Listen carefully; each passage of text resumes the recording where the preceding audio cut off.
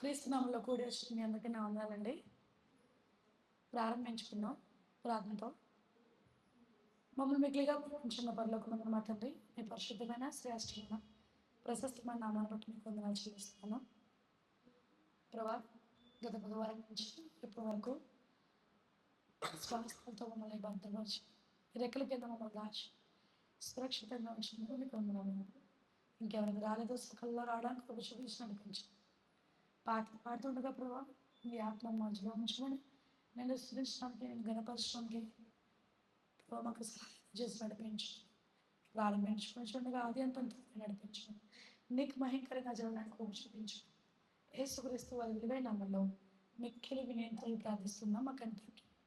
ఆమేన్. పాటలు పాడతాక సహోదరులు రావాలండి. సియోను పాటలు సంతోషముగా పాడుచు సియోను వెళ్ళుదాము. సియోను పాటలు సంతోషముగా పాడుచు సియోను వెళ్ళుదాము. లోకాల శాశ్వతానందమేదియులేని చెప్పెను ప్రియుడేసు. పొందవలె నీ లోకమునందు కొంతకాలమేనో శ్రమలు. పొందవలె నీ లోకమునందు కొంతకాలమేనో శ్రమలు. సియోను పాటలు సంతోషముగా పాడుచు సియోను వెళ్ళుదాము. ఐగుప్తును విడిచినట్టి మీరు అరణ్యవాసమున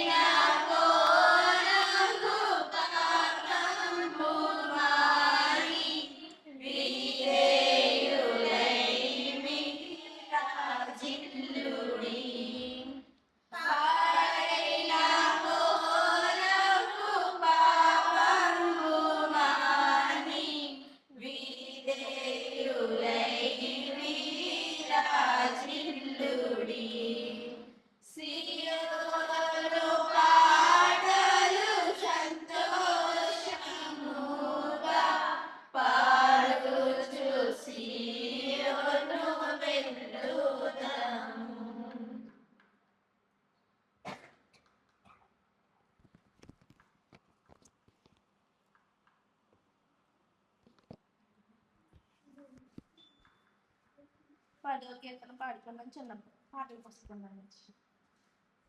ఆరాధించెదము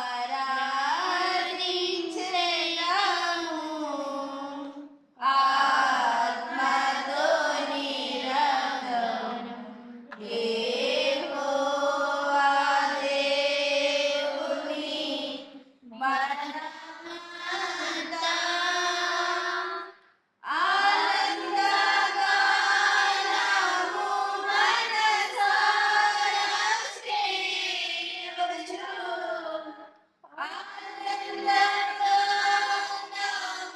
మనసారా చేయుచు. అనుదినం కీర్తింతుము రారాజు. అనుదినం కీర్తింతుము రారాజు.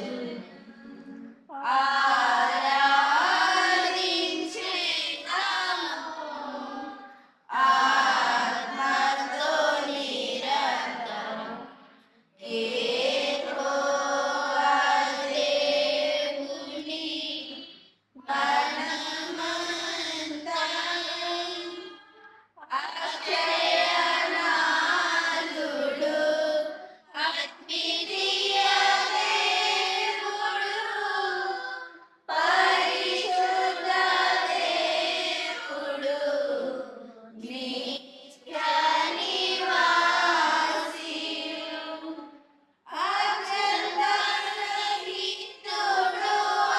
అనుష్యరూపుడు అమరుడైయున్నవాడు మన దేవుడు. అమరుడైయున్నవాడు మన దేవుడు. ఆరాధించెదము ఆత్మతో నిరంతరం యెహోవా దేవుని మనమంతా సర్వస్వరూపి సర్వోన్నతుడు మహిమాన్వితుడు మనకును తండ్రి. ప్రభువైన క్రీస్తుకు తండ్రి అయిన దేవుడు. ప్రభువైన క్రీస్తుకు తండ్రి అయిన దేవుడు. పరమందు ఆసీనుడు ఉదారుడు. పరమందు ఆసీనుడు ఉదారుడు. ఆరాధించెదము ఆత్మతో నిరంతరం యెహోవా దేవుని మనమంతా సమస్తమునకు జీవనాధారుడై శ్రేష్ఠ ఈవుల నిడు జ్యోతిర్మయుడై భువియందు కృపచూపు కరుణా సంపన్నుడు. యుగములకు కర్తయే శ్రీమంతుడు. యుగములకు కర్తయే శ్రీమంతుడు.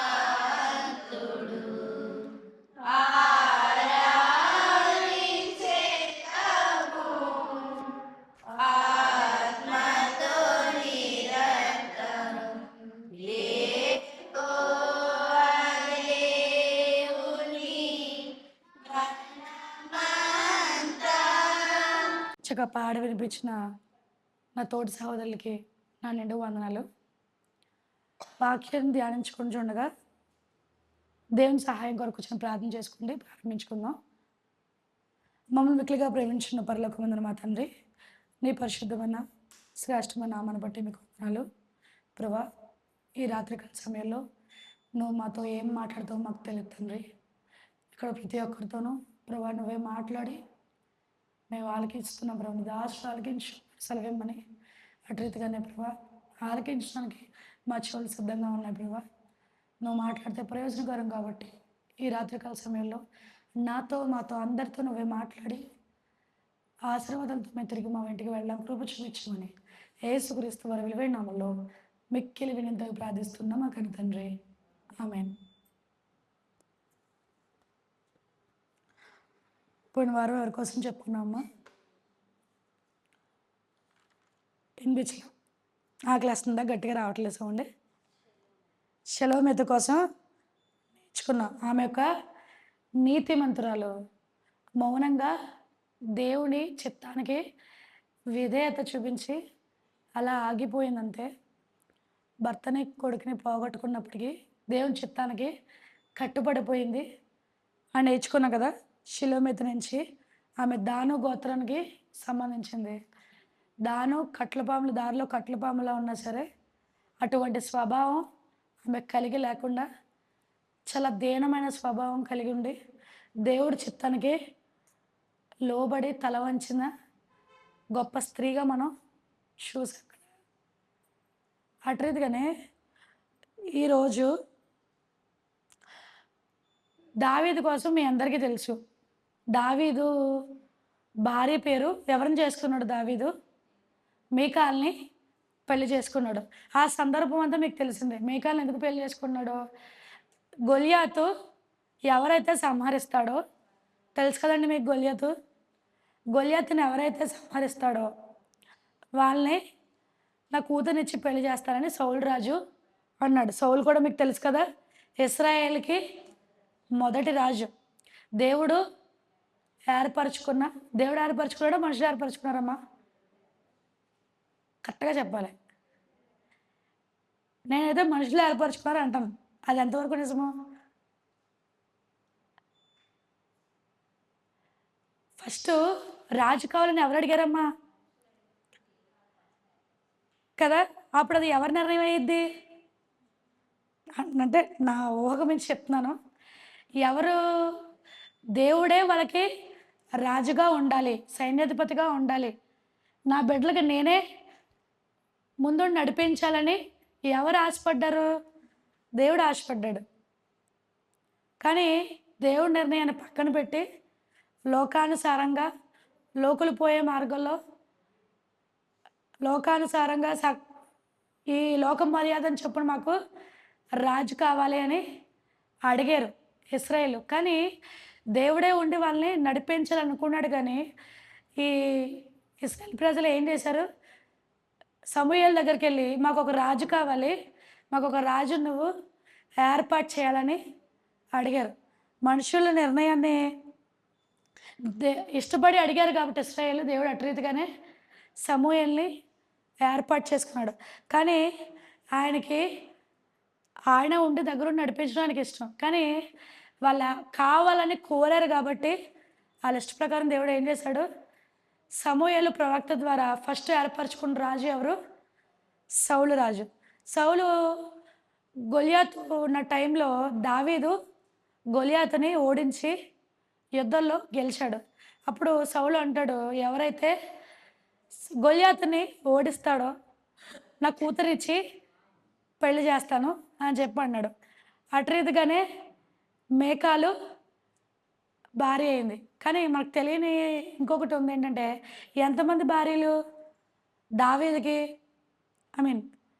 సౌలుకి ఎంతమంది కుమారులు, ఎంతమంది కుమార్తెలు చూద్దాం. 1 సమూయేలు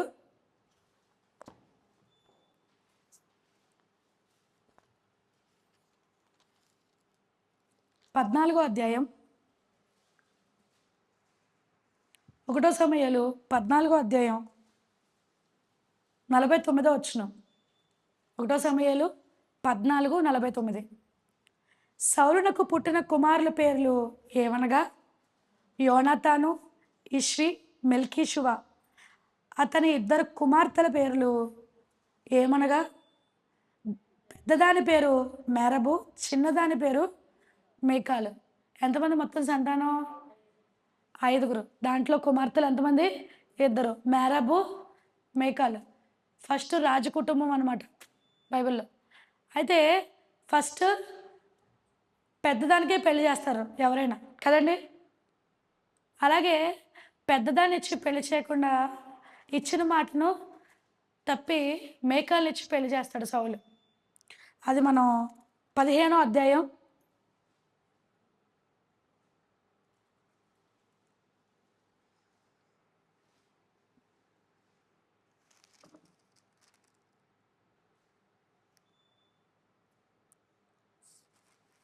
18లో చూద్దామండి. 18వ అధ్యాయం 18, 17. సౌలు నా చెయ్యి వాని మీద పడకూడదు, ఫిలిస్తీన్ల చెయ్యి వాని మీద పడునుగాక అనుకుని దావీదు నా పెద్ద కుమార్తె అయిన మెరాబునికి ఎత్తును. నీవు నా పట్ల యుద్ధశాలవై ఉండి యెహోవా యుద్ధములను జరిగింపవలనే అనను. అందుకు దావీదు రాజును కలుగుటకు నేనెంతటి వాడను, నా స్థితి ఏడను, ఇశ్రాయేల్లో నా తండ్రి కుటుంబమైనను ఏ పాటినని సౌలుతో అనను. ఇప్పుడు అర్థమైందా మీకు? ఎవరినిచ్చి పెళ్లి చేయాలి? మెరాబునిచ్చి పెళ్లి చేయాలి. కానీ ఎవరినిచ్చి పెళ్లి చేశాడు? మేకాలిచ్చి పెళ్లి చేశాడు. ఒక రాజు మాట తప్పాడంటే మామూలుగా మనుషులు అయితే కాదు కదండి. రాజు శాసనం అది. ఎలా ఉంటుంది? రాజు మాట అంటే మాటే ఉంటుంది. ఖచ్చితంగా చేస్తాను అన్నాడంటే ఖచ్చితంగా చేస్తాడు. కానీ మేరాబు కూడా పాపం ఆశపడింది. దావీదు నాకు భర్తగా వస్తున్నాడు అని చాలా కలలకంది. ఎందుకంటే గొల్యాతుని ఓడించిన తర్వాత అందరూ దావీదుని పొగడటం మొదలుపెట్టారు. ఏమని మీ అందరికీ తెలుసు. స్త్రీలందరూ సౌలు వేల కొలది, 10,000 కొలది, దావీదు 10,000 కొలది అందగానే స్తుతి కీర్తన ఎత్తి పాడగానే చాలా కలలు కనింది మేరబు. నాకు వచ్చే భర్త అటువంటి ఇంటువంటి వాడు కాదు, చాలా గొప్ప వ్యక్తి. ఇశ్రాయేల్లో అని చూడండి 18వ అధ్యాయం 8వ వచనం. ఆ మాట సౌలునకు ఇంపుగా ఉండనందున పైనుంచి చూద్దాం. 6 నుంచి. దావీదు ఫిలిష్తీయులను హతం చేసి తిరిగి వచ్చినప్పుడు స్త్రీలు ఇశ్రాయేల్ ఊళ్ళన్నిటిలో నుండి తమ్మురితోనూ సంబరముతోనూ వాద్యములతోనూ పాడుచు నాట్యమాడుచు రాజైన సౌలును ఎదుర్కొనుటకే వచ్చిరి. ఆ స్త్రీలు గాన ప్రతిగానములు చేయొచ్చు వాయించు సౌలు 1000 కొలదియు దావీదు 10,000 కొలదియును హతము శత్రువును హతము చేశారు అనుకోండి. అదంతా ఏమన్నారంట? ఇశ్రాయేల్ ఊళ్ళన్నిట్లో మొత్తం గొల్యాతుని కొట్టేవాడే లేడు. దావీదు 1000 కొలదైతే సౌలు 1000 కొలదైతే దావీదు 10,000 కొలదని చెప్పగానే అప్పటి నుంచి విషపు చూపు నిలిపాడు అనమాట. ఎవరు? సౌలు. అది చెప్పిన తర్వాత మేరాబునిచ్చి చేయాల్సిన సౌలు ఏం చేశాడు? మేకల్నిచ్చి పెళ్లి చేస్తాడు. పాపం మెరాబు అనే పేరుకి అర్థం ఫలించి అభివృద్ధి చెందడం. మెరాబు అనే ఆమె పదానికి అర్థం ఫలించి అభివృద్ధి పొందడం. కానీ ఆమె ఫలించలేకపోయింది, తన పేరుకు తగ్గట్టుగా ఉండలేకపోయింది. ఎందుకంటే మనం ఇంకా ముందుకెళ్ళి చూసుకుందాం. ఆశపడింది ఇంత ఇశ్రాయేల్ అంతట్లో గొప్పవాడు నాకు భర్తగా రాబోతున్నాడని ఎంతో కనింది, ఎంతో ఆశపడింది. తన తండ్రే, స్వయంగా తన తండ్రే అసూయ చేత దావీదు భర్తగా రావాల్సిన వాడిని తప్పించేశాడు. ఎవరు? స్వయంగా తండ్రే తప్పించాడు. అందుకే ఈరోజు మనం మేరాబు కోసం, ఆ స్త్రీ కోసం మనం నేర్చుకోవచ్చు. మేరాబు మౌనంగా ఉండిపోయిన ఒక స్త్రీగా చూడొచ్చు. మేరాబు పెద్దదాన్ని వదిలేసి చిన్నదాన్ని ఇచ్చి పెళ్లి చేసినప్పుడు అదేంటి తండ్రి నన్ను ఇచ్చి పెళ్లి చేస్తావు కదని మాట్లాడలేదు. అలా మౌనంగా ఉండిపోయిన మేరాబుని చూడొచ్చు మనం. ఆమె పేరుకి ఫలించి అభివృద్ధి పొందేదే కానీ తన జీవితం ఎలాగైపోయిందంటే చివరికి అంతు చిక్కింది, ఊహించలేనటువంటిగా జీవితం మారిపోయింది. ఎవరికిచ్చి పెళ్లి చేశాడో చూద్దాం మనం. 18వ అధ్యాయం, అదే వెనక్కి రండి, 19 నుంచి చూద్దాం. అయితే సౌలు కుమార్తె అయిన మేరాబును దావీదునకు ఇయ్యవలసి ఉండగా సౌలు ఆమెను మొహోలతీయుడైన అద్రీయేలుకిచ్చి పెళ్లి చేశాను. ఎవరికిచ్చి పెళ్లి చేశాడంట? అద్రీయేలుకిచ్చి పెళ్లి చేశాడు. ఈ అద్రీయేలు ఇప్పుడు మన భారతదేశానికి దూరం ఎలాగా ఈ కాశ్మీర్ ఇలా దూరంగా బోర్డర్స్లో ఉందో అలాగా ఈ మొహాలతీయుడైన ఈ అద్రీయేలు యోర్దానికి అంత దూరం ఉన్న వ్యక్తిని తీసుకొచ్చి మెరాబ్కి ఇచ్చి పెళ్లి చేశాడనమాట. అలా ఎలాంటి వాళ్ళు ఏంటి అంత దూరం నుంచి దగ్గర వాళ్ళని చూసి మానేసి దూరంగా ఉన్న వ్యక్తిని తీసుకొచ్చి పెళ్లి చేశాడనమాట. ఇక్కడ సౌలు అనమాట. దావీదు అన్నాడు, నా కుమార్తెను ఇవ్వడానికి నేను ఎంతటి వాడను అని చెప్పి చాలా తగ్గించుకున్నాడు. అయినప్పటికీ అంతటి దావీదుని అల్లుడవ్వడానికి సౌలుకి అసలు ఏమాత్రం యోగ్యత లేదు. కానీ ఏం చేశాడు? ఇచ్చిన మాటని తప్పాడనమాట. ఇక్కడ తన పేరుకి ఫలించడానికే కానీ తన జీవితంలో ఫలించలేకపోయింది మేరబు. అంటాడు, ఫలించి అభివృద్ధి పొందాలని దేవుడు మనల్ని ఆశపడుతున్నాడు. అందుకని అంటాడు స్టార్టింగ్లో ఆదాముని అవ్వని ఏమంటాడు? మీరు ఫలించి అభివృద్ధి పొందని అంటాడు. కానీ మేరాబు జీవితంలో ఫలించలేని జీవితం అయిపోయింది. ఎప్పుడైతే నువ్వు దేవుళ్ళో నిలిచి ఉంటావో నువ్వు అభివృద్ధి పరచబడతావు. ఎప్పుడైతే దేవుడికి నువ్వు వేరే ఉంటావో ఏమీ చేయలేరు అంటున్నాడు. యోహాను 15, ద్రాక్షవల్లి ఎప్పుడైతే తీగను అంటుకట్టుకుని ఉంటుందో అది ఫలించి అభివృద్ధి పొందిద్ది. ఆ తీగ వేరే ఉంటే ఫలించలేదు కదండి. అందుకని అంటాడు, మీరు నాకు వేరుగా ఉండి ఏమీ చేయలేరు. ఇక్కడ దావీదు మనకి ఎలా కనబడుతున్నాడంటే యేసుక్రీస్తుకి సాదృశ్యంగా కనిపిస్తున్నాడు. అందుకని దావీదు కుమారుడు అని కూడా మనం ఆయన పిలిచినట్టు చూస్తాం యేసుక్రీస్తు ప్రభుని. దావీదు మనకి ఇక్కడ ఎలా కనిపిస్తున్నాడంట? యేసుక్రీస్తు ప్రభువుకి సాదృశ్యంగా కనిపిస్తున్నాడు. అనుకుంది గొప్ప వ్యక్తి నాకు భర్తగా వస్తాడని ఆశపడింది, తన ఆశని కూల్చేశాడు తండ్రే. దేనివల్ల? మీరు ఇక్కడ ఒకటి గమనించాలి. దేనివల్ల? అసూయ వల్ల విషపు చూపు నిలిపాడు. అసూయ వల్ల. అసూయ మత్సరము ఎముకలకు కుళ్ళండ. అసూయతో ఉంటే నీ జీవితమే నాశనం అయిపోద్ది. నువ్వు పక్క వాళ్ళ మీద అసూయతో నువ్వు వాళ్ళని నాశనం చేస్తావని అనుకుంటావేమో, నీ అసూయ నిన్నే కూలద్రోసిద్ది. ఎప్పుడైతే నిప్పు చేతిలో పెట్టుకుంటూ నువ్వు ఎదుటి వాళ్ళ మీద వేసాలనుకుంటావేమో ముందుగా నీ చెయ్యే కాలిపోద్ది. అది గమనించుకోము. సౌలు జీవితం కూడా అలాగే అయిపోయింది. పాపం మేరాబు అనుకుంది తన పేరుకి ఫలించి అభివృద్ధి పొందడమే కానీ తన జీవితంలో అభివృద్ధి లేకపోయింది. దావీదుతో ఉంటే ఫలించి అభివృద్ధి పొందును. దావీదుని చేసుకోలేదు కాబట్టి ఎప్పుడైతే నువ్వు దావీదుని లాగా యేసుక్రీస్తు ప్రభువు లాగా అంటి పెట్టుకుని ఉంటావో, ద్రాక్ష వాళ్ళ తీగను ఎలాగైతే అంటి పెట్టుకుని ఉందో నీవు కూడా ఎలాగైతే యేసుక్రీస్తు ప్రభువుని అంటి పెట్టుకుని ఉంటావో నీ జీవితంలో ఫలించి అభివృద్ధి పొందుతావు ఖచ్చితంగా. చూద్దాం యోహాను 15వ అధ్యాయం. యోహాను రాసిన సువార్త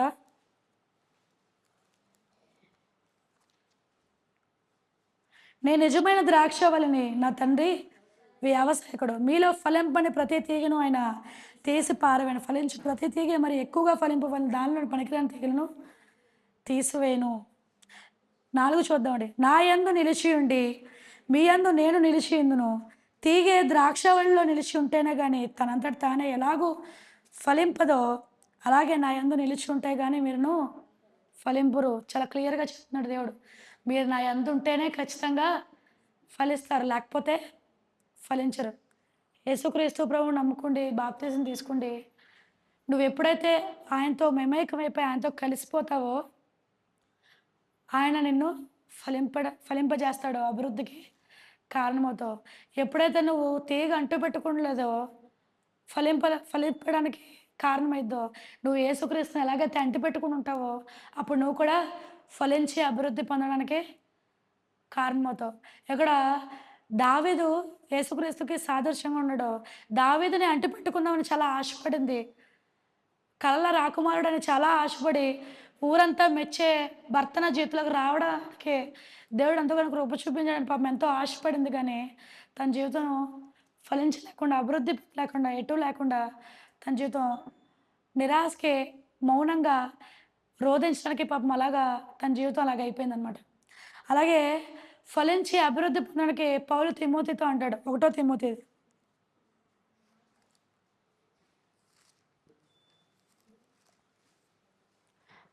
4వ అధ్యాయం 1 తిమోతి 4వ అధ్యాయం 15వ వచనం చూద్దాం. నీ అభివృద్ధి అందరికీ తేటగా కనబడు నిమిత్తము వీటిని మనస్కరించుము, వీటి అందే సాధకము చేసుకుందాము. నీ అభివృద్ధి ఎవరికి కనిపించాలంట? తేటగా కనబడాలి. ఏది నీ అభివృద్ధి? అమ్మా, ఈరోజు నీ వాక్యం వింటున్న మీరు జ్ఞాపకం చేసుకోవాలి. నీ అభివృద్ధి ఏది? దేవుణ్ణి నువ్వు ఎరిగి ఇన్ని సంవత్సరాలు అవుతున్నా నీ అభివృద్ధి ఎక్కడ ఆగిపోయింది? జ్ఞాపకం ఉంచుకోవాలి మనం. సౌల్లాగా అసూయ కలిగి, మత్సరం కలిగి, అసూయగా ఎముకలకి కుళ్ళంట. నీవు ఎదుగుదల ఉండవు. చాలా ఉందంటే నువ్వేంటి అలాగ ఉండిపోయావు, ఎప్పుడు చూసినా అలాగే ఉంటున్నావు, ఎదగట్లేదంటే ఏంటి? దీనికి కుళ్ళు ఉంది అందుకని ఎదగట్లేదు అంటారు కదండి పెద్దోళ్ళు. అందుకనే నీ అసూయ ఎవరికి పాడు చేస్తుందంట? నీ అసూయ నిన్నే పాడు చేస్తుంది. సౌలు అసూయతో దావీదుకు కుమార్తెను భర్తగా ఇవ్వడానికి అసూయపడి ఆగిపోయాడు. తన జీవితాన్ని చేతులారా తండ్రే నాశనం చేస్తాడు. జాగ్రత్త. అసూయతో నువ్వు నలిగిపోయే కుళ్ళుతో, కృతంత్రాలతో నీ మనసు నిండిపోయి ఉందేమో, ఖచ్చితంగా పతనానికి దగ్గరగా ఉంటావు. నీ అభివృద్ధి తిమోతితో అంటున్నాడు పౌలు, నీ అభివృద్ధి అందరికీ తేటగా కనబడాలంట. అంటారు, నువ్వు దేవుణ్ణి నమ్ముకున్నావు, ఎప్పటి నుంచో నువ్వు ఇలాగే ఉంటున్నావు, ఎప్పుడూ అభివృద్ధి పొందట్లేదా అని నీ చుట్టుపక్కల వాళ్ళు నేను అనొచ్చు. కానీ అభివృద్ధి పొందడానికి సమయం కలదు, అన్నిటికీ సమయం కలదు. కానీ నీ అభివృద్ధి అందరికీ తేటగా కనిపించాలంటే నువ్వు ఎవరితో అంటుకట్టుబడి ఉండాలంట? దేవుడితో అంటుకట్టుబడి ఉంటే ఖచ్చితంగా నువ్వు అభివృద్ధి ఫలిస్తావు. నీ అభివృద్ధి అన్యజనులకు కనిపిస్తే వాళ్ళని ఎందు యేసుక్రీస్తు ప్రభువుని నమ్ముకున్నందుకు ఏ ఉపయోగం లేదమ్మా, నేను ఇలాగే ఉన్నాను, నా బ్రతుకు ఇక్కడే ఉండిపోయింది, ఎదుగు బొదుగు లేకుండా ఇలాగే ఉన్నాను అనుకున్నావేమో. నీ అభివృద్ధి, నీ అంటుకట్టు ఎవరిలో ఉందో మనం జ్ఞాపకం చేసుకోవాలి. మనం ప్రతి ఆదివారం వచ్చి దేవుడిని నిలబడుతున్నాం, కానీ ఆ వాక్యాన్ని మన జీవితంలో మనం అనువదించుకున్నామో జాగ్రత్తగా ఆలోచన చేసుకుందాం. వింటున్నాము కానీ ఆచరించే వాళ్ళగా లేమా? ఇక్కడ వినేసి గడప దాటిన తర్వాత మనం మర్చిపోయేవారుగా ఉంటున్నామా? జ్ఞాపకం చేసుకుందాం. నువ్వు నిజంగా విడిచిపెట్టేవాడుగానే ఉంటే కనుక దేవుడు కూడా నేను విడిచిపెట్టేస్తాడు. నేను అంటలేదు. యోహాను సువార్త 17 ఎలా ఉంది? ఎప్పుడైతే నువ్వు అంటుకట్టుబడి నా యందు నిలుస్తావో నేను నీ యందు నిలిచిండులాగునా. ఎప్పుడైతే నువ్వు దేవుడి దగ్గర నిలిచుంటావో ఆయన నీ యందు నిలిచుంటాడు. నువ్వు వేరుగా ఉండి ఏమీ చేయలేవు, నువ్వేమీ సాధించలేవు. దేవుడికి వేరుగా ఉండి ఏమీ సాధించలేవు. కాబట్టి ఎప్పుడైతే నువ్వు దేవుణ్ణి ఎరిగి ఆయనలో ఫలించి ఆయనతో మమేకమైపోయి కలిసి ఆయనతో జీవించలాగా ఉంటావో అప్పుడే నీ జీవితం అభివృద్ధి పొందింది. నీ అభివృద్ధి ఎవరు చూస్తారంట? తేటగా చూస్తారు. అన్యులు కూడా నీ అభివృద్ధిని ఖచ్చితంగా చూస్తారు. చాలామంది పేదరికంలో పుట్టి వాళ్ళ బిడ్డలో ఉన్నత స్థితిలో ఉంటే అనుకుంటారు తల్లిదండ్రులు, మా స్థితిలోకి ఉన్నా కానీ తుదకు నువ్వు మహాభివృద్ధి పొందావు అని అంటారు కదా బైబిల్లో. అట్రీతిగానే నీ స్థితి ఇలాగే ఉన్నప్పటికీ దేవుడు నీ బిడ్డల్ని ఆశీర్దిస్తాడు. ఆ అభివృద్ధి నీ బిడ్డల ద్వారా నువ్వు చూస్తావు. కాబట్టి నీ అభివృద్ధి బాగుండాలంటే నువ్వు ఎవరిలో నిలిచి ఉండాలంట? దేవుళ్ళలో నిలిచి ఉండాలి. అలాగనే పాపం ఆశపడింది మెరబు. దావీదుతో నిలిచి ఉందామని, దావీదుతో అంటుకట్టబడదామని ఆలోచించి, కానీ తన తండ్రి ఆశనే నిరాశ చేశాడు. మనం ఆశీర్వదింపబడాలి, ఫలించాలి, అభివృద్ధి పడాలి అని అంటే ఏం చేయాలంట? దేవుళ్ళో నిలిచి ఉండాలి. మన సంబంధం ఎవరితో ఉండాలంట? దేవునితో ఉండాలి. చుట్టుపక్కల వాళ్ళతో ఉందా? బంధువులతో ఉందా? లేకపోతే నీకు ఎటువంటి ప్రయోజనకరం లేని వాళ్ళతో నీ సంబంధం ఉందేమో. నీ సంబంధం ఎవరితో ఉంటే నువ్వు అంటుకట్టబడతావో మీ అందరికీ తెలుసు. మన సంబంధం ఎవరితో ఉండాలి?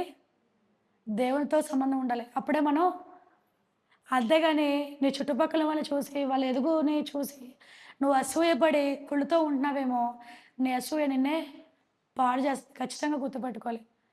అసూయ కుళ్ళు కాబట్టి ఎముకలకి నిన్ను ఎదుగు లేకుండా చేస్తుంది కాబట్టి, నీ అసూయ ఖచ్చితంగా, అసూయ కలిగిన వారు ఉంటే నువ్వు ఎప్పుడు ఎదుటివారి మీద అసూయ పడితే ఆ అసూయ ఖచ్చితంగా నిన్నే దిగజార్చేస్తుందండి. కాబట్టి అతిశయించడం, ఎవరైనా అతిశయించాలంట? మనం మాత్రం మన పక్కల మీద అతిశయింపబడదు. వాళ్ళు అది కొనుక్కున్నారు, ఇది కొనుక్కున్నారని. ఖచ్చితంగా అది క్రైస్తవులకు తగదండి. నీ అతిశయం కొందరు గుర్రమును బట్టి, కొందరు రథమును బట్టి అతిశయింపడదురు, కానీ నేనైతే నా క్రీస్తునందు అతిశయపడుతున్నాను. అలా గర్వంగా ఎవరు చెప్తారండి? అమ్మా, ఈరోజు నువ్వు నేను గర్వంగా చెప్పుకోగలమా? నన్ను పక్కోళ్ళు బట్టి, నా బంధువులు బట్టి, నా చుట్టుపక్కల బట్టి అసహించట్లేదమ్మా నేను. నా దేవుడు బట్టే అసహించాలని ఎవరు గుండెల మీద చేసుకుని చెప్పాలండి.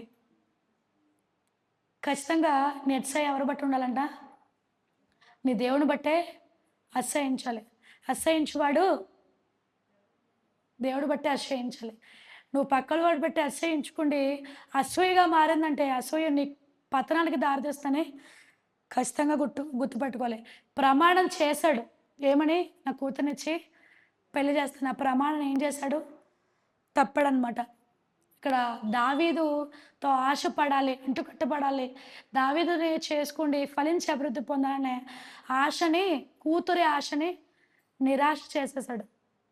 మేరాబు కోసం చాలా తక్కువే ఉంటుంది, కానీ ఆమె మౌన రోదన మనం చూడొచ్చు. ఆమె కోసం పెద్దగా రాయబడలేదు, కానీ మౌనంగానే తన తండ్రికి విధేయత చూపించింది. అదేంటి నాన్న, నువ్వు నన్ను ఇచ్చి పెళ్లి చేస్తా ఉన్నావు కదా అని ఇప్పుడున్న కుమార్తెలే ఎదురు తిరగలే. తన తండ్రి చిత్తానికి ఏం మాట్లాడలేదు, అలా మౌనంగా ఉండిపోయింది అంతే. మేరాబు ఎంత విధేయత కలిగిన కుమార్తెగా మనం చూడొచ్చు కదా ఏమని. 1 సమూయేలు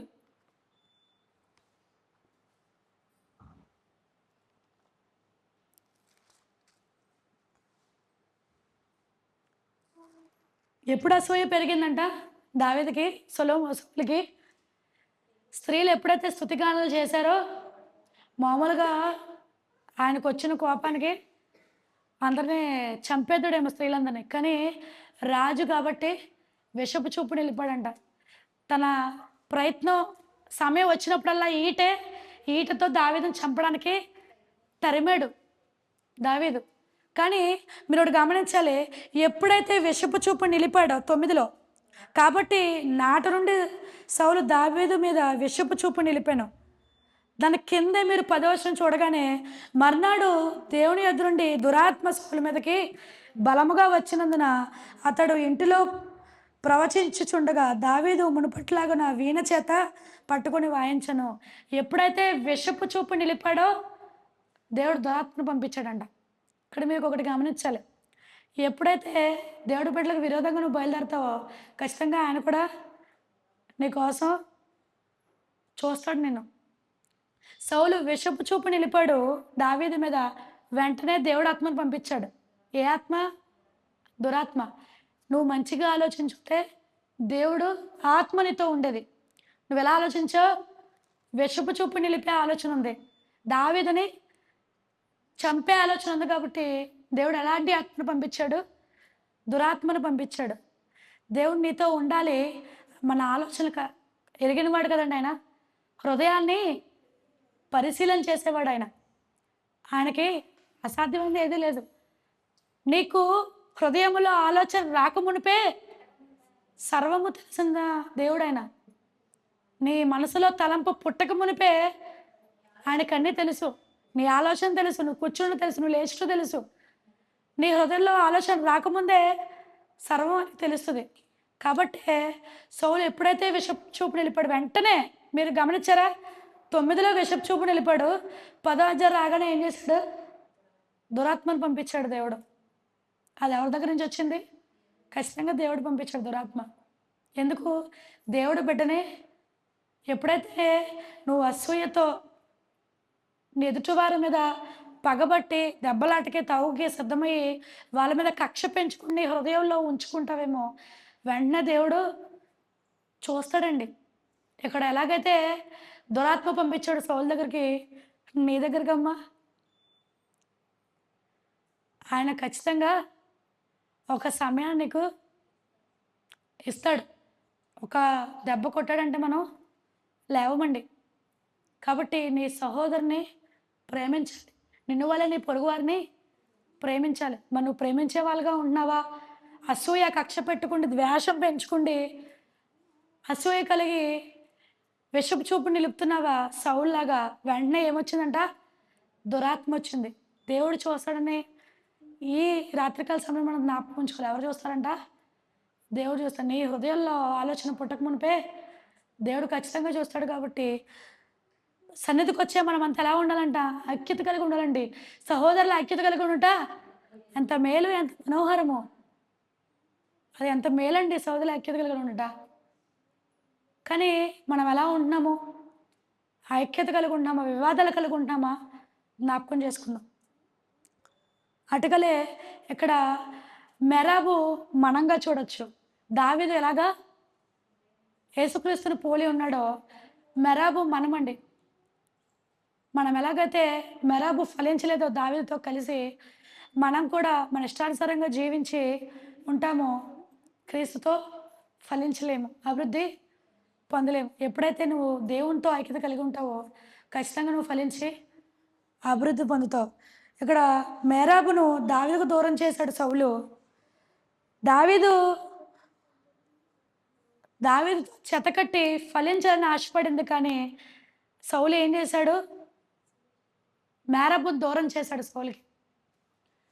దేవుడు ఇక్కడ సౌలు ఎలాగైతే కుమార్తెను దావీదుతో కలవకుండా దూరం చేశాడో, ఈ లోకంలో జీవిస్తున్న మనం కూడా మనం దూరం చేయడానికి సాతాను అనేకమైన ప్లాన్స్ వేస్తాడు. కానీ మనం దేవుడితో ఎప్పుడైతే అంటుకట్టుబడి ఫలించుతామో అప్పుడు ఖచ్చితంగా మనం దేవుడితో అభివృద్ధి పరచబడతామండి. మనం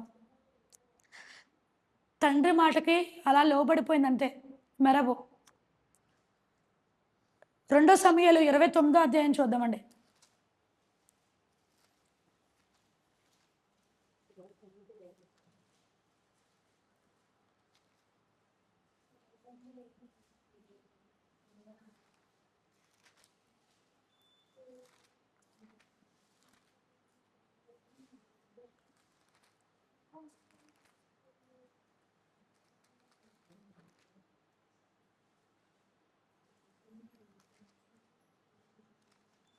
ఇరవై 1 సమూయేలు అండి, క్షమించండి, 1 సమూయేలు 29 4వ అధ్యాయం చూద్దాం. అందుకు ఫిలిష్తీయుల సర్దారులు అతని మీద కోప్పడి, ఈ మనుషుడు నీవు నిర్ణయించిన స్థలమునకు తిరిగి పొమ్మని, అతడు మనతో కలిసి యుద్ధమునకు రాకూడదు. ఎవరని చెప్తున్నారు ఫిలిష్తీయులు? దావీదు యుద్ధానికి మాతో కలిసి రాకూడదు, ఎందుకంటే యుద్ధం వల్ల అతడు మనకు విరోధి ఎగునేమో. ఇశ్రాయేలు ఫిలిష్తీయులు కలవడానికి తగదు. అతడు మాతో వస్తే మాకు ఏమొచ్చింది? విరోధం వచ్చింది. దేని చేత అతను తన యజమానితో సమాధాన పడును? మన వారి తలలను ఛేదించి తీసుకొని పోట చేతనే కదా తన యజమానితో సమాధాన పడును. ఏం చేశాడు? ఫిలిష్తీయుల్ని తలని ఛేదించాడు. సౌలు 1000 కొలదిగాను దావీదు 10,000 కొలదిగాను హతము చేశారని వారు నాట్యమాడి ప్రతిగానం చేయొచ్చు పాడిన దావీదు ఇతడే కాడా? గుర్తొచ్చిందనమాట. ఇప్పుడు ఎదర స్త్రీలు పాడిన పాటలకే ఫిలిష్తీయులకి ఏం గుర్తొచ్చిందంట? అమ్మ బాబోయ్, దావీదుతో పెట్టుకోకూడదు మనం. ఆ రోజు స్త్రీలు చెప్పారు, ఇశ్రాయేల్ అంతట్లో ఊళ్ళంతట్లో కన్నా గొప్పవాడు దావీదు, ఫిలిష్తీయుల చేతికి అప్పచెప్పాలి అని చెప్పేసి సౌలు పన్నాంగ పన్ని విషపు చూపు నిలిపి తన కూతురునిచ్చి పెళ్లి చేయకుండా చేశాడనమాట. కానీ మెరాబు ఏం చేసిందంట, మౌనంగా అలాగే ఉండిపోయి తన తండ్రికి లోబడిన కుమార్తెగా చూడొచ్చు మనం. తండ్రి మాటకి విధేయత చూపించింది. తండ్రి మాటకి విధేయత చూపించిన కుమార్తెగా గత బైబిలు స్త్రీల కొడుకులో మనం ఒకరిని జ్ఞాపకం చేసుకున్నాం. ఎవరిని? అనాలమ్మ యెఫ్తా కుమార్తెని. తండ్రికి మాటకి లోబడిపోయింది. ఏమంది? చక్కగా మాట్లాడుతుంది. దే నా తండ్రి యెహోవాకు మాట ఇచ్చుంటివా, ఆ ప్రకారమే నాకు జరిగించుము అంది. ఎంత చక్కగా ఉంది. నీ ఇష్ట ప్రకారంగా నా జీవితం నా చేతిలో లేదా, నీ ఇష్టానుసారంగా నువ్వే నిర్ణయాలు తీసుకుంటావా నాన్న అని అల్లా. తండ్రి యెహోవాకు మాట ఇచ్చి ఉంటివా, ఆ ప్రకారమే నా ఏళ్ళ జరిగించుము. ఎంత చక్కగా మాట్లాడింది. 16 ఏళ్ల వయసులో ఆ కుమార్తెగా అంత ఆలోచన, అంత తెలివితేటల ఆ వయసుకి. కానీ దేవుడికి లోబడిపోయిన కుమార్తెగా మనం చూడొచ్చు ఆమెని. అలాగే ఎప్పుడైతే నీ అభివృద్ధికి దేవుడు నీకు తోడ్పడాలంటే నీ జీవితాన్ని ఖచ్చితంగా దేవుడికి ఇవ్వాలి. మెరాబు ఇక్కడ మౌనంగా ఉండిపోయింది, తండ్రికి లోబడింది. యెఫ్తా కూడా తండ్రికి లోబడింది, దేవుడికి సమర్పించుకుంది. నీ జీవితాన్ని ఎప్పుడైతే దేవుడికి ఇస్తావో దేవుడు అద్భుత కార్యాలు చేయడానికి అవకాశం ఉంటుంది. నీ వల్ల కాదు, నీ చేతనైంది, నీ చేతులు మించి ఉందేమో ఎవరి చేతికిలో పెట్టాలంట, నీ చింత యావత్తును నా మీద వేయమన్నాడు దేవుడు. ఎప్పుడైతే దేవుడి మీద చూస్తావో ఖచ్చితంగా సునాయాసంగా నువ్వు నీ సమస్యను ఎదుర్కోగలవు. అలాగే మోషే తల్లి కూడా 3 నెలలు పెంచిందమ్మా. ఇక మీదట పెంచలేను, నా వల్ల అవదేమో అని భారాన్ని ఎవరి మీద మోపింది? దేవుడి మీద మోపింది. అక్కడి నుంచి దేవుడు ఒక ప్లాన్ వేసి కథనే మలుపు తిప్పేశాడు అంతే. ఎవరైతే చంపుతారో వాళ్ళ చేతికే మోషే అప్పగింపబడ్డం, మోషే ఐగుప్తీయుడిగా పెరగడం, ఇశ్రాయేల్ని నాయకుడిగా ఏర్పడబడ్డం, బయటకు రావడం, అదంత గొప్ప ప్లాన్ అండి అది. ఎప్పుడైతే నీ వల్ల అవ్వదు, నీ చేతిలో లేదు అని నువ్వు నిరాశపడతావో ఎవరి మీద ఆధారపడాలంట? దేవుడి మీద ఆధారపడాలి. మోషే తల్లి ఏం చేసింది? ఇంకా నా వల్ల కాదు, 3 నెలలు పెంచాను, కత్తివాత పడకుండా చాలా భద్రంగా 3 నెలలు దాచి పెంచింది. నా వల్ల కాదని ఏం చేసింది? జమ్మపెట్టలో పెట్టింది. అక్కడి నుంచి దేవుడు తల నాటకం మొదలుపెట్టాడు. నీ జీవితంలో నీ ఎదురాడే సమస్యల్లో ఎవరి మీద నువ్వు ఆధారపడాలంటే దేవుడి మీద ఆధారపడితే ఖచ్చితంగా నీ కార్యసిద్ధి జరిగిద్దండి. ఇర్మియాలో చిన్న మాట చూసి ముగించుకున్నాం.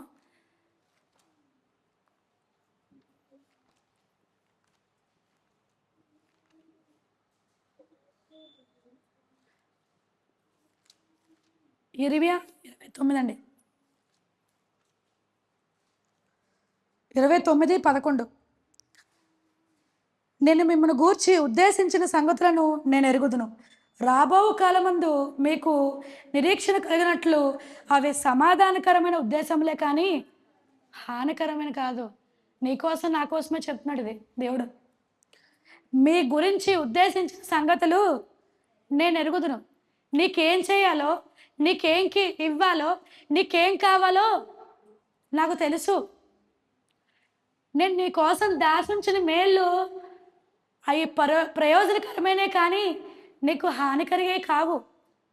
రాబో దినముల్లో నీ కోసం దాచుంచిన గొప్ప మేలు అవి నీకు ఉపయోగకరంగా ఉండడానికే కానీ నీకు హాని కలిగించే కావు. దేవుడు నాతో మాట్లాడుతున్నాడండి. నీ ముందున్నవి నిరీక్షణ కలగడానికే దేవుడు ఈ శ్రమలు నీ ముందు ఉంచాడు. నా వల్ల కాదు, నేనేం చేయలేను, నేను ఎందుకు పనికిరాను అని దేవుడు నాకు ఎందుకు ఇచ్చాడు అని అటు కాకుండా ఇటు కాకుండా ఉండి తొట్టిల్లిపోయి, కృంగిపోయి, నిరాశపడిపోయి దారిలోంచి తొలగిపోతున్నామేమో. దేవుడు అంటున్నాడు, నిరీక్షణ కలగడానికి నీ ముందు ఉంచాను. ఏం కలగడానికంట? ఆయన పట్ల నిరీక్షణ కలిగి ఉంచడానికి నీ ముందుంచాడు. నువ్వు ఇవి దేవుడు నాకే కలిగించాడు, నన్నే దేవుడు శ్రమకు గురి చేస్తున్నాడు అండ్ నీవే కృషించిపోయి కృంగిపోయి నిరాశకు గురవుతున్నావేమో అంటున్నాడు. నీకు నిరీక్షణ కలగడానికి నీ ముందుంచాను. రాబో దినముల్లో ఈ మేలుకరంగా ఉండడానికి నేను ఉద్దేశించిన ఉద్దేశములు ఇవి. అంతేగాని నీకు ఏమాత్రం హాని కలిగించవు. కానీ మన ఆలోచనలు పిచ్చి ఆలోచనలు ఎలా ఉంటాయి? నీ ఆలోచనలు ఈ భూమి మీద కలిగించేవిగా ఉంటాయి. అంటే ఇహలోక సంబంధమైన ఆలోచనలు. ఆయన ఆలోచనలు అలా కావండి. ఆయన ఉద్దేశాలు అలాంటివి కావు. ఆయన ప్లాన్లు అలాంటివి కాదు. ఆయన తీర్మానం అలాంటివి కావు. ఆయన తలంపులు అలాంటివి కావు. ఎలాంటివి ఉంటాయంటే ఆయన తలంపులు గొప్పగా ఉంటాయి. ఆయన ఆలోచనలు, ఆయన తలంపులు, ఆయన ఉద్దేశమైన కార్యాలు ఉన్నతమైనగా ఉంటాయి. మన ఉన్నతం ఇక్కడే ఉంటుంది. కానీ దేవుడు ఎప్పుడైతే నువ్వు నిరీక్షణ కలిగి దేవుడి మీద ఆశపడి నీ ఆశని ఆయన చేతుల్లో పెడతావో, మోషే తల్లిలాగా నా వల్ల కాదు నేను పెంచలేదని అట్రీతిగానే నా వల్ల కాదు ప్రభువా, నా జీవితంలో మా కుటుంబంలో అనారోగ్యాలే ఉంటున్నాయి, నా వల్ల కాదు, నా బంధువుల్లో ఎటు కాకుండా నిరాశగా నిలిగిపోతున్నాను, అవహేళనకి అవమానానికే గురవుతున్నాను, నా వల్ల కాదని అంటున్నావా? ఆర్థికంగా నలిగిపోతున్నాను, నా వల్ల కాదంటున్నావా? ఎవరి చేతిలో పెట్టాలమ్మా? ఖచ్చితంగా దేవుని చేతిలో పెడితే ఆయన ఉద్దేశాలు ఎలా ఉంటాయంట? హానికరమైన కావు. నిరీక్షణ కలగడానికే మీ ముందుంచాడు అంతే. నిరీక్షణ అంటే ఏంటి? హోప్. దేవుడు నాకు ఇస్తాడు అనే ఒక హోప్. అంటే ఒక ఆశతో నువ్వు ఈ భూమి మీద జీవించాలి. దేవుడు నాకు ఏమీ ఇవ్వలేదనే కాదు, ఇస్తాడనే ఆశతో నువ్వు జీవించాలి. నిరీక్షణకి ఆధారం లేనప్పుడు అబ్రహాము నిరీక్షణ కలిగి ఉన్నాడు. అందుకనే తండ్రికి అనేక జనములకి తండ్రి అయ్యాడు. ఫస్ట్ టైము నీ బంధువులు విడిచిపెట్టి నీ కలుగొన్నంతా విడిచిపెట్టేసి నేను చూపించే దేశానికి వచ్చాయన్నప్పుడు ఆయన ఎవరో తెలియదు, ఆయన ఏంటో తెలియదు, ఉన్నదంతా వదులుకుంటూ వచ్చేయమన్నప్పుడు నిరీక్షణకి ఆధారమే లేనప్పుడు అబ్రహాము నమ్మాను, అది అతనికి నీతిగా ఎంచబడను.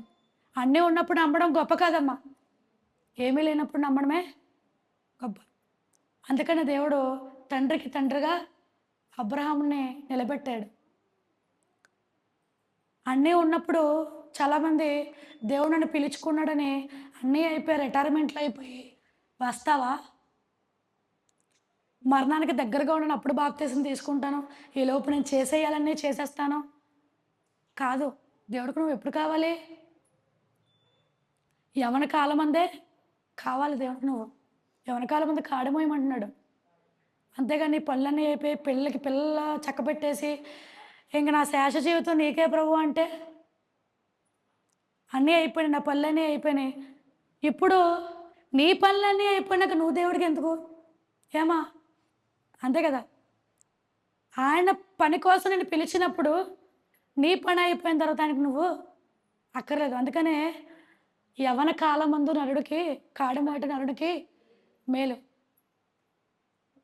కాబట్టి దేవుడు నిరీక్షణ కలిగి జీవించమన్నాడు. నీ నిరీక్షణ తప్పిపోవడానికి సాతాను నీకు ఈ లోకంలో ఉన్నావు కాబట్టి లోక మర్యాదని అనుసరింపకుండా మేలైంది ఉత్తమమైన దాన్ని ఎంచుకోవాలమ్మా. ఏం చేయాలి? మేలైంది ఉత్తమమైన దాన్ని ఎంచుకోవాలి.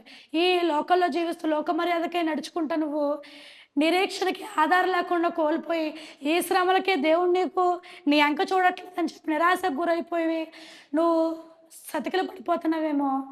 ఈ లోకంలో ఈ తాత్కాలికంగానే ఉంటాయి. నీకు వీటిని ఆధారం చేసుకుని నువ్వు నిరీక్షణ కలిగి ఉంటావా, దేవుడు ఖచ్చితంగా నీకు గొప్ప బహుమానము ఇస్తాడండి. మేరాబు జీవితం ఆశ కలిగి ఉంది, కానీ ఇక్కడ బిడ్డల్లో చూద్దామండి. 2 సమూయేలు 21వ అధ్యాయం. బిడ్డలు కోల్పోయింది, భర్తను కోల్పోయింది, తన జీవితం అగమ్య గోచరంగా అయిపోయింది. 2 సమూయేలు 21వ అధ్యాయం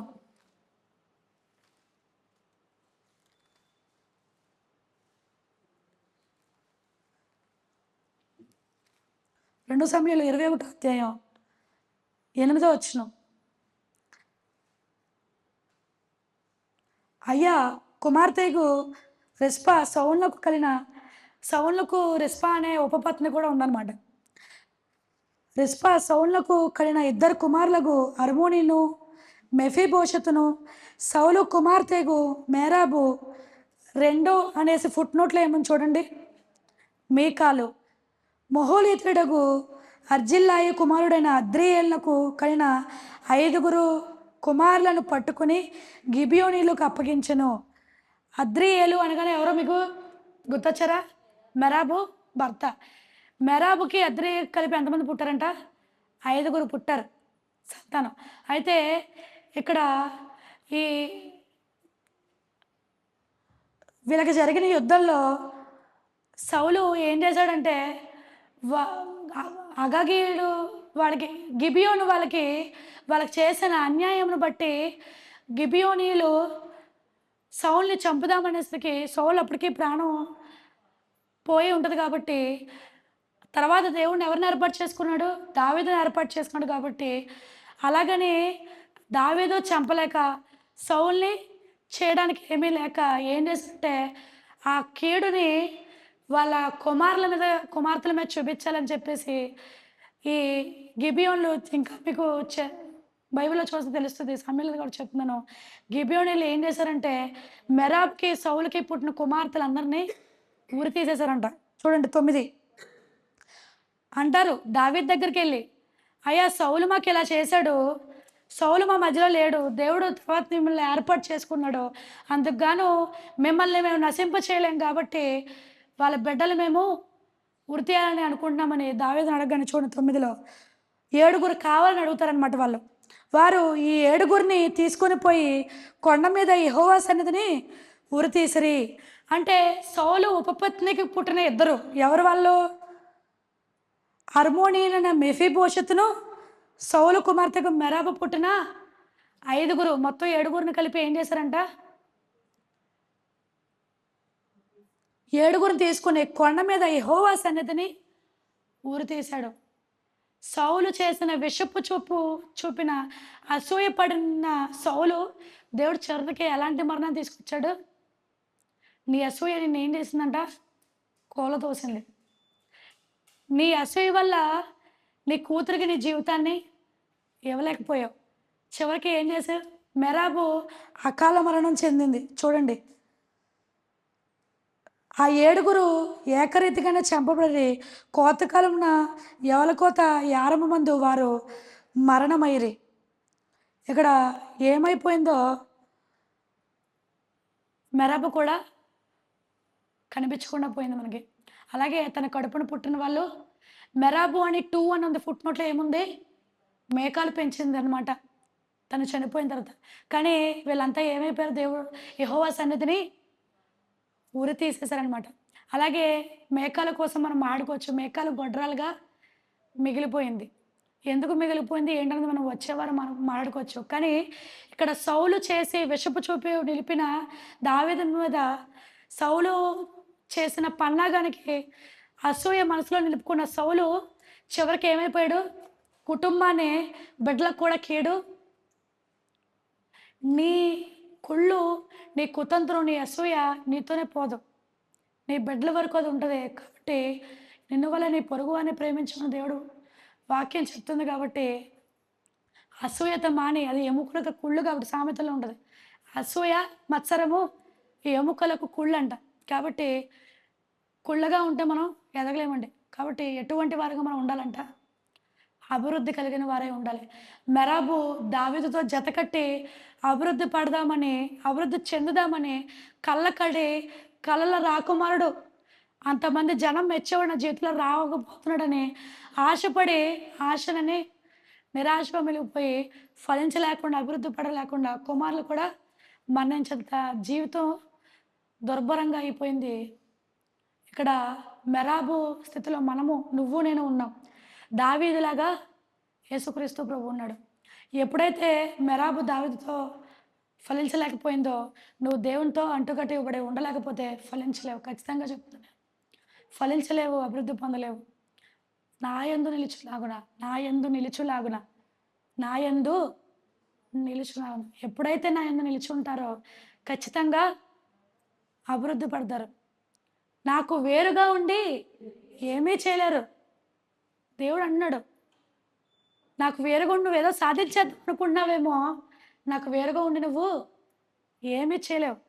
నిజంగా దేవుడు లేకపోతే మన జీవితంలో మనం నథింగ్ అండి, జీరో. యేసుక్రీస్తు ప్రభు మన జీవితంలో లేకపోతే నథింగ్, జీరో, అంతే. ఆయన మనతో ఉంటేనే మనకు విలువ పెరిగింది. ఈ వాక్యం ద్వారా మనం నేర్చుకుందాం, మనం దేవుడితో కలిసి ఉందాం, మన విలువ పెంచుకుందాం. మేరాబులాగా, సౌల్లాగా తండ్రి కుమార్తె జీవితాన్ని నాశనం చేశాడు. అసూయ, నీ అసూయ నిన్నే కూలదోసింది. అసూయ కలిగి జీవిస్తున్నామేమో, జాగ్రత్త, నీ అసూయ నీతో పోదమ్మా. కాబట్టి సౌల్లాగా అసూయ కలిగి ఉన్నామేమో జ్ఞాపకం చేసుకుందాం. అసూయని విడిచిపెట్టి దేవుడు మనకిచ్చిన నిరీక్షతో మన కోసం ఆయన ఉద్దేశించిన ఉద్దేశంలో ఆయన నీకు ఉపయోగకరంగా మేలు కోసం వచ్చాడు. కాబట్టి ఆ ఉద్దేశాల కోసం మనం పాకులు పడతాం. ఈ లోకం ఉన్న మర్యాదల కోసం మనం పాకులు అడగా, ఆయన మన కోసం దాసించిన నిరీక్షణ కలిగి వాటి కోసం పాకులు అడదాం. అలాగే మేరాబులాగా కూడా మనం మౌనంగా దేవుడి దగ్గర రోదిద్దాము. మౌనంగా అలాగ ఉండిపోయినంత తండ్రి చిత్తానికి. అలాగే నీ జీవితంలో నీకు ఎదురాడే సమస్యలు ఉన్నప్పటికీ కదా దేవుడి చేతిలో పెడదాము. నిరీక్షణకి మనం కూడా ఆధారంగా ఉందాము. అటు రీతిగానే ఈ వాక్యం ద్వారా మిమ్మల్ని హెచ్చరించుకుంటూ నన్ను కూడా హెచ్చరింపడుతుంది. ఈ చిన్న వాక్యం దేవుడు మీ వెనుకల్లో దీవించి ఆశీర్వదించాలని శ్రద్ధగా విని మీ అందరికీ నా వందనాలండి. ప్రార్థన చేసుకుందాం. మమ్మల్ని మిక్కిలిగా ప్రేమించిన పరలోకమందున మా తండ్రి, నీ పరిశుద్ధమైన శ్రేష్టమైన నామాన్ని బట్టి మీకు వందనాలు చెల్లిస్తుంది. మెరాబు నుంచి అనేకమైన సంగతులు నేర్చుకున్నాం ప్రభా. ఫలించి అభివృద్ధి పొందే తన పేరులో ఉన్నది కానీ ప్రభా తన జీవితంలో లేకుండా పోయింది. మా జీవితంలో కూడా మేము ఎందుకు ఎదగలేకుండా ఫలించలేకుండా అటు రీతిగానే ఉండిపోయాం. ఈ రాత్రికాల సమయంలో ఎవరైతే అడుగుతున్నారో ప్రభా నా జీవితం ఎక్కడితోనే ఆగిపోయిందని, అలాగే ప్రభా సౌల్లాగా విశ్వచూపు నిలిపి అసూయతో కుళ్ళుతో ఉంటున్నారేమో ప్రభా. అసూయ మత్సరం ఎముక కుళ్ళని వాక్యం చెప్తుంది ప్రభా. తను నన్ను ఎప్పటికైనా సరే మా కుళ్ళే మమ్మల్ని నాశనం చేస్తుంది. కాబట్టి నువ్వు మా కోసం ఉంచిన నిరీక్షణతో ప్రభా తను నేను రాబో దినాల కోసం ఎదురు చూడడానికి, ఆ మేలుకరమైన మా కోసం దాచుంచావు నిరీక్షణ కలుగున కృప చూపించండి ప్రభా. తను నేను నువ్వు మా కోసం ఉంచిన ఉద్దేశములు ఈ లోకమైనవి కావు ప్రభా. మేము ఈ లోకం దాటి ఆలోచించలేము, కానీ నువ్వు దీనికి దాటి ఆలోచించగలే గొప్ప దేవుడు తండ్రి. అటు రీతిగానే ప్రవర్తన మా జీవితంలో ఎక్కడే ఆగిపోతున్నాయి. మేము మాకున్న సమస్యలు మమ్మల్ని అణగదొక్కే ప్రభావ ఎక్కడే ఆగిపోయి ఎక్కడికే పరిమితం అవుతున్నాం మేము ప్రభా. నిరీక్షణకి ఆధారం లేకుండా ప్రభా అబ్రహాం నమ్మాడు. యవన కాలంలోనే మేము మీకు కావాలి తండ్రి, అన్నయ్య అయిపోయినాక మేము అక్కర్లేదు ప్రభా. అటు రీతిగానే ప్రవర్తనైనా ఈ రాత్రికాల సమయంలో ఎవరితో మాట్లాడుతున్నామో ప్రభా ప్రతి ఒక్కరిని జ్ఞాపకం చేసుకోండి. వాళ్ళకున్న సమస్యను బట్టి నేను అడుగుతున్నారు. వ్యాధులతో బాధపడుతున్నారు ప్రతి ఒక్కరు జ్ఞాపకం చేసుకోండి. ఇక్కడ ఎవరైతే ఏ సమస్యతో ప్రవర్తనైనా అడుగుతున్నారో ప్రతి ఒక్కరిని వారి సమస్యని మా జీవితంలో మార్చి ఇవ్వడానికి కృప చూపించండి. సమస్య కన్నా మా దేవుడు గొప్పవాడని నమ్మడానికి కృప చూపించండి. విని విడిచిపెట్టే వారుగా కాకుండా, గడప దాటితే మర్చిపోయే వారుగా కాకుండా మా వెనుకల్లో మమ్మల్ని దీవించి ఆశ్రయించండి. హృదయం అనే పలక మీద రాసుకోవడానికి కృప చూపించి నడిపించండి. నాతో మాట్లాడిన విధానం బట్టి మీకు వందనాలు చెల్లిస్తున్నాను ప్రభా. తండ్రి నేను మేము తిరిగి వెళ్ళి చూడక మా గృహం క్షేమంగా చేరలేక కృప చూపించండి. వచ్చే స్థలాలప్పుడు వరకు నీ కాపుదలు ఉంచమని, నీ కంచె ఉంచమని యేసుక్రీస్తు వారి విలువైన నామములో మిక్కిలి వినితో ప్రార్థిస్తున్నాము కన్న తండ్రి. ఆమేన్. వందనాలమ్మా.